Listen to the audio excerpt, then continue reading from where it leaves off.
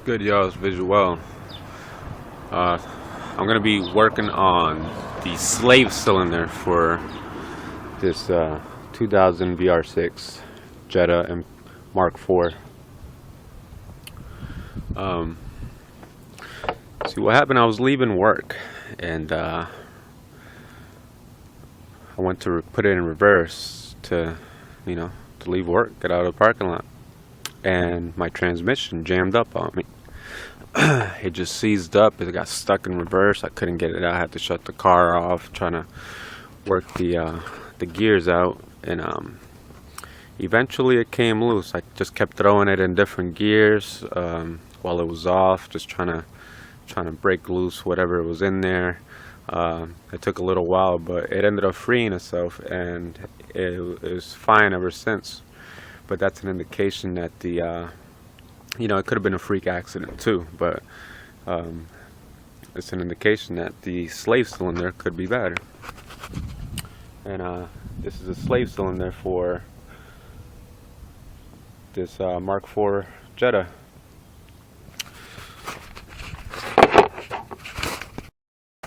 Now I removed the airbox. When you remove the airbox, you have a better look, so you can get a better look at the clutch mechanisms.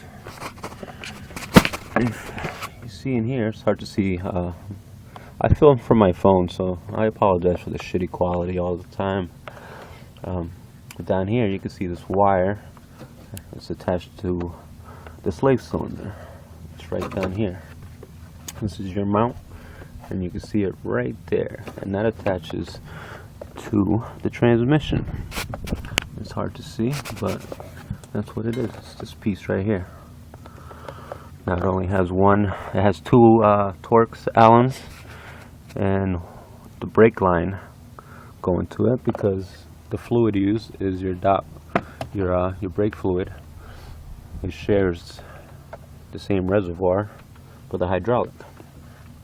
Now when these things go bad, since they're hydraulic, obviously they start leaking, and it takes the pressure out of the hydraulics, and it causes it to not work anymore. So I'm going to be replacing that. It's working fine now. It jammed up just briefly, but better safe than sorry. I'm just going to change it over. And this is from AutoZone. It's a Duralast.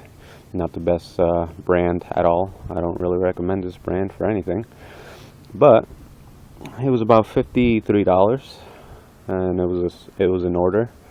They had to special order it, so I'm gonna be putting that one in. Okay, you see here this metal line, which is your brake line. It's coming from the brake reservoir.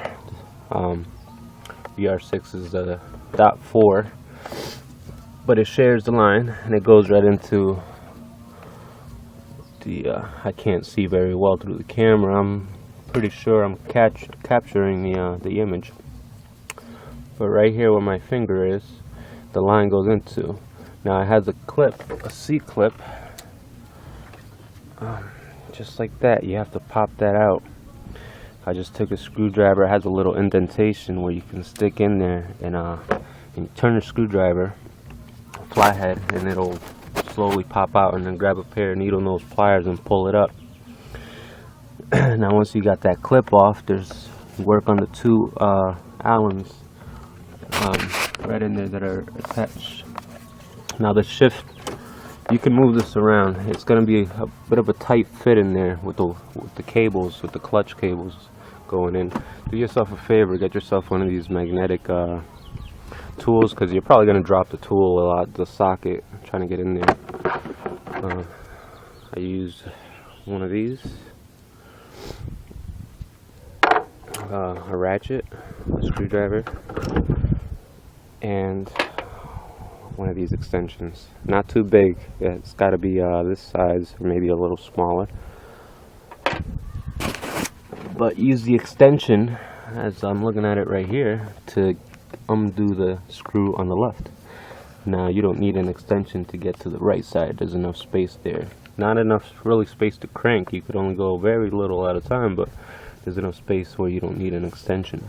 Now there's a lot of going on over here on the left side, that's why you need an extension to get a little bit more room. It's very tight, so as soon as you loosen it and you're able to, you know, get it free, you can start working it with your hands instead of the ratchet. Now I stuck a screwdriver right in between the line and the slave cylinder, and I twisted to get the connection to the line to come off, so it's prepped and ready to take out. So I'm gonna put the phone down because I might leak brake fluid, and I want to put a quick stop to that as soon as I get it out. And I tried to plug it up as soon as possible so it wouldn't leak. And you just take it. It's partial metal, but it's in between the holes, so you can bend it. So what you want to do is lift it right up and put it above your reservoir so it doesn't leak. So keeps it from leaking. Now this is the old slave cylinder.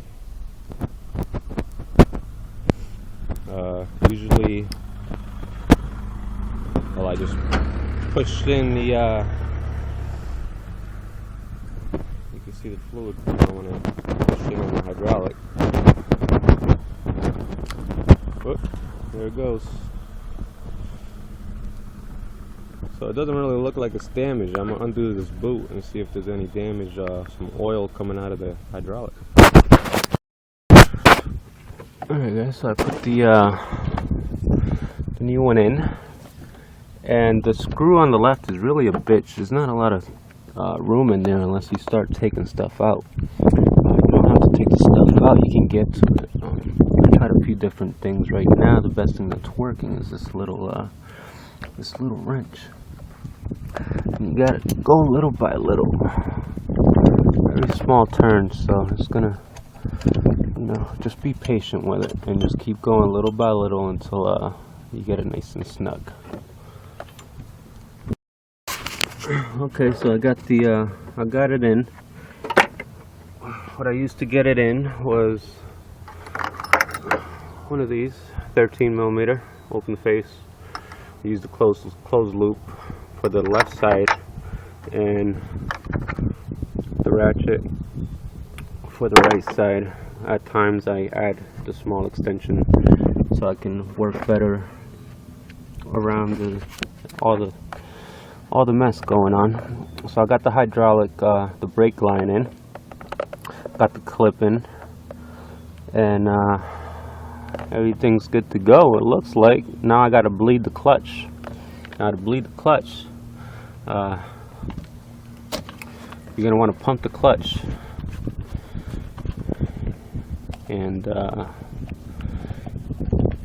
that secondary nozzle that's in there, that's your bleeder, the one that doesn't have a line to it. So you're gonna pump the clutch, and then you're gonna let the loosen that up and let the air out, and then tighten it back up, and then pump the clutch again. If you know, 10 times, maybe 10 to 20 times. We're gonna push all that air out and bleed it again and continue. Okay, so it's in. I bled it. Now to bleed it, you're gonna want to pump the you're gonna want to have everything closed up, the bleeder valve closed, and you're gonna want to pump the clutch about 15 to 20 times. Now upon on your last pump, you hold the clutch all the way down, and then you slightly release, untighten the bleeder valve, and you let the air come out along with some fluid. Not a lot, just do it quickly, and then close it back up. And then you're going to want to pump the clutch again. Do this about you know, I do it about 3 to 5 times to make sure there's no air in there. So everything's back together. I put the hose, the brake line back in. That's nice and tight with the clip. It's nice and hand tightened on the flange that connects to the transmission. And there's my brake fluid. I'm using, it calls for .4. I'm using the Lucas. The clutch pedal is nice and springy. It springs back, and it's going into all gears. Now I'm going to put the airbags back on, turn it on, and see how it runs. Alright, so I put the airbags back on. See, you can shift. It's holding. Clutch down.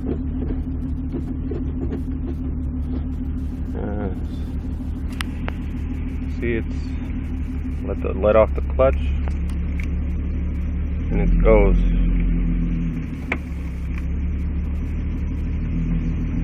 So that's it, I guess. Slave cylinder removed, replaced. Shabam.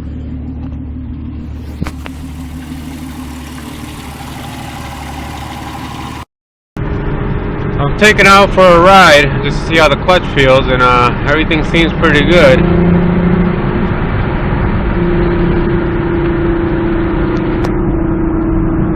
Hold on the clutch. You hear the engine die down, the clutch is in. Go back. Go clutch going in. Downshifting.